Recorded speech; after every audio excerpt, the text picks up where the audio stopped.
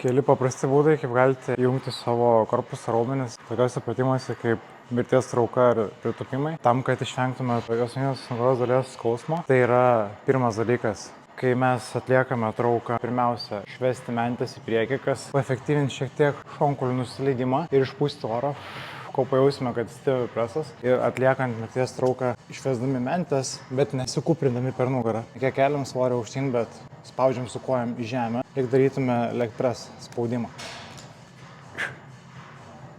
Ir antras labai paprastas būdas, kaip galime įjungti korpusą, labiau aktyvuoti raumenis, tai yra spausti pirštais į pilvą ir mėginti su išpūtimu išstumti pirštus lauk. Taip mes sudarysime tokį intraabdominalinį spaudimą ir mūsų pilvo preso raumenys labiau įsijungs į darbą ir pratime mes jungdami efektyvų korpusą sumažinsime nugaros skausmą, sumažinsime diskomfortą asmeninėje nugaros dalyje.